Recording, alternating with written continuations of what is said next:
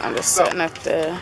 We're here in beautiful Cookeville on Tennessee Tech University with Ms. Dana Ardvison. Many of you may know her from a National Cannabis Wall, Moms for Marijuana, and many other groups. You were involved in other groups as well. What are some of the other ones? MMJ for Tennesseans for Medical Marijuana, Mothers for Cannabis Tennessee, the International Women's Cannabis Coalition. Doing it. Overgrow the government. Got you. So, needless to say, you're involved in the movement. You care a lot about this cause. Yes, it is. As we do. So, earlier this year, of course, we were all looking to see the progress that we thought we were going to see with Kuja Kun. And during that fight, we saw you a lot at the trial. Mr. David Reagan's testimony. Yes. Tell us a little bit about that day. I remember personally just seeing the faces you were making as he made some statements that I think we all can agree were kind of dubious.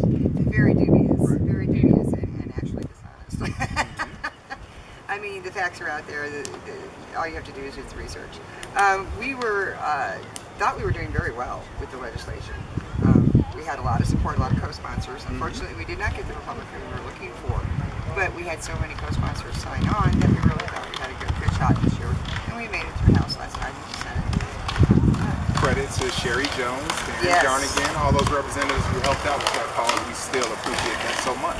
Yes, and so when he got up and he said the statements, he wrote the statements that he said, I was quite upset. It was really hard not to just jump up and grab the mic and, correct him. For sure. I know for a fact that he has been giving many emails with documentation and actual scientific studies, and I don't think he reads any of them.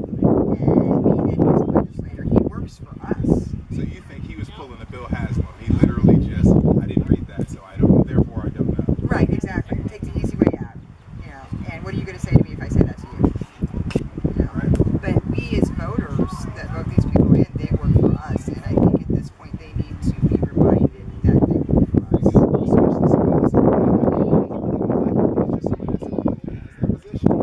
Therefore, your child, my child, has to live with that situation. And the point of legislators are to pass laws that benefit the people. A medical cannabis bill benefits the people of Tennessee. With the name conditions we have on the bill, we're looking at a population base of over 800,000 people. If you expanded the bill to chronic pain and other, legitimate health concerns, we're looking at a population base of 2.1 million Tennesseans. And that speaks to one of the points he made. The first thing they said was we don't know enough. A dubious point, obviously. The second thing they said is the bill is too broad. Exactly. The bill is 14 conditions. We're talking about AIDS, cancer, multiple sclerosis. You really can't fake those. Epilepsy, MS, Right. microcephaly, very rare genetic diseases. Things that obviously cannot be faked. Right. You have several, diagnostic tests that before you even get that diagnosis. So, that's a no-go. It's a no-brainer. It was kind of a misnomer when he said it, but I know they had the meeting afterwards where they were supposed to be talking about amendments. Were you in on that one as well? Not in with the meeting itself. I was privy to what was going on. We were told that initially they wanted one amendment, and one amendment turned into everything before. What was the demand amendment? They wanted to shrink the named conditions to 3. So that's how they were saying to fix it being too broad. What were the 3 conditions? It was too broad. Cancer was one, MS and epilepsy, I believe. So AIDS patients, just no. Yeah, AIDS patients, no, you're going to be out on your luck. Soldiers with PTSD, no. No. PTSD would have been thrown out, which we thought that was a great coup when they added that, because that was not originally part of the Kuja Kun bill. That was added on before we actually did our first House hearing. And we were so overjoyed, we thought, okay, well, we got PTSD. They're listening. They're actually paying attention. And so we went in with all this, vigor, and we got shut down. And we got shut down because the legislators are not listening to the people. They're not reading the studies, the legitimate studies. They're not working for us.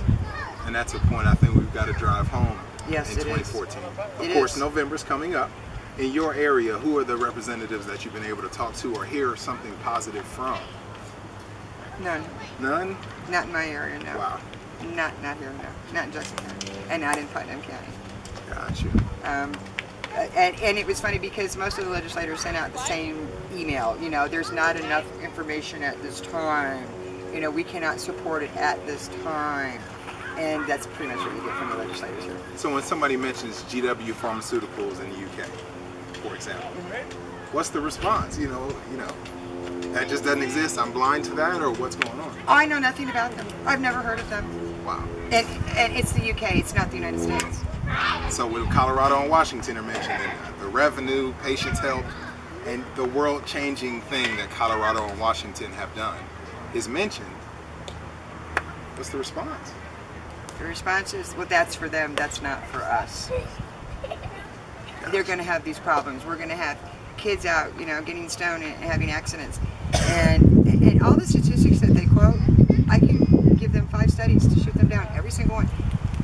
They said, oh, well, all the children, they'll have easier access. No, they've had less access. Right. And actually usage in teenagers in states that have legalized has dropped. So has driving accidents. Those have dropped. So their arguments are not valid. And we need to literally get that out to the public and hold them to that. So for, you know, the races that come up in November where we have 2 people running, we're going to do that. To East Tennessee Normal and all of our groups across the state are going to make sure people hear what their representatives are saying their positions are, hopefully explain them, and we're going to add or possibly detract from those statements as we can. Probably not one. The problem is we have several 47 races happening in November. It's unopposed. The person is basically saying, I want the position, and nobody's willing to go against them. One of those races, unfortunately, is our gubernatorial race. Bill Haslam is running, and nobody's running against him. Oh my gosh. So, oh, you can edit that out. no, the truth is that means that our groups are that much more important. We gotta know when it comes to this kind of stuff. That's very disappointing. So, I was happy to hear that one of our legislators is not rerunning this next session, and I'm very happy, Rich. Barrett Rich. Yeah, because I was going to make it my goal in life to make sure he didn't get reelected. You were personally there. Barrett Rich is a representative, I believe he's from Nashville, correct? Yes. He literally, at every one of those hearings you attended, was saying how many people were coming out for Kuzakun, how surprised I'm not going to stop you guys for clapping, man. I'm so surprised so many people are here supporting. And then in the last hour, last 50 minutes, well, David Reagan, come on up and you have the floor.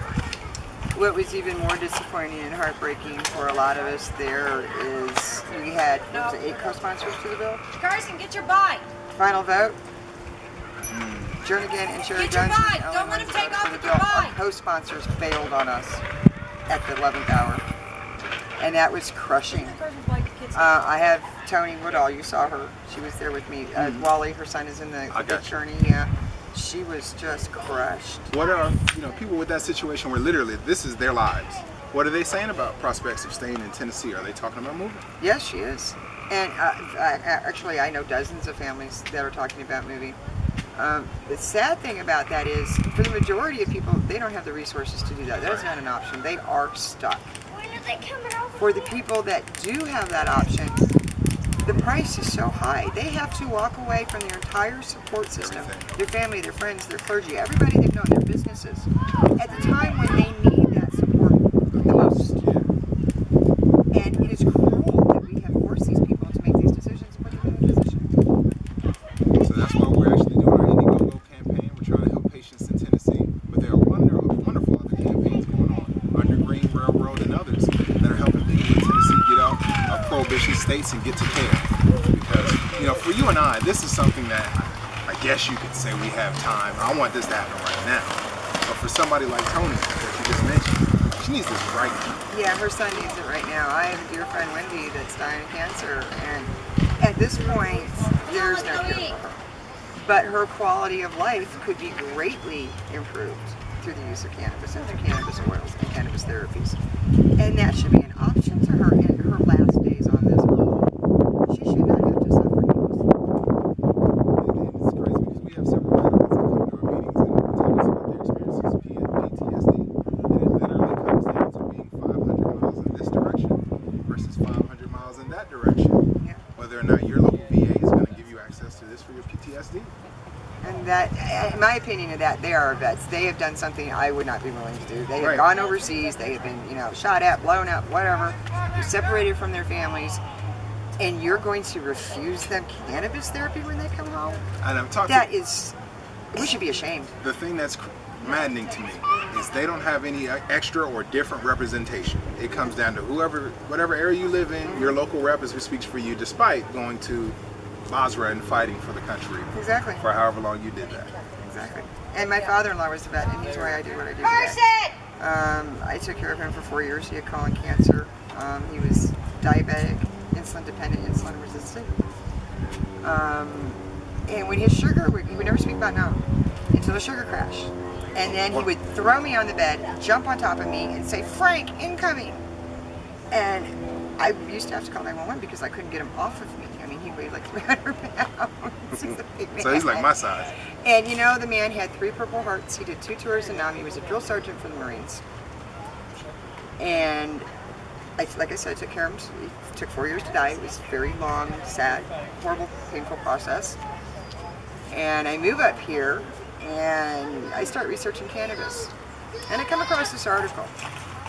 Find out the government has known since 1974 that cannabis can not only treat colon cancer, but it can prevent colon cancer. You're talking about the patent. I got very, very, very angry. This is a man with 3 Purple Hearts, served his country here, overseas, for numerous years. And you let him knowingly suffer and die. Our government. The same government that he served all of us. And you can't give him more respect than that. And that is the day I started doing what I do. That is really what started it. I started my MMJ for Tennesseans group, and now here I am, like 10, 11 years later. So what was the time frame on that? How long ago was that your father passed? 12 years ago. 12 years ago, he passed away. So at the time, what kind of support system was there for activists? Or was it just... You know, I really don't know because there really wasn't one at that time. Got you. You know, and the sad thing about it is I was using cannabis in the other end of the house. And I had been using cannabis throughout my life off and on, medicinally, without realizing it. It just never occurred to me that it was a medicine because I grew up with the, oh, well, if you smoke pot, you're a hippie or you're a stoner. Or and I grew up believing that you know, all the propaganda.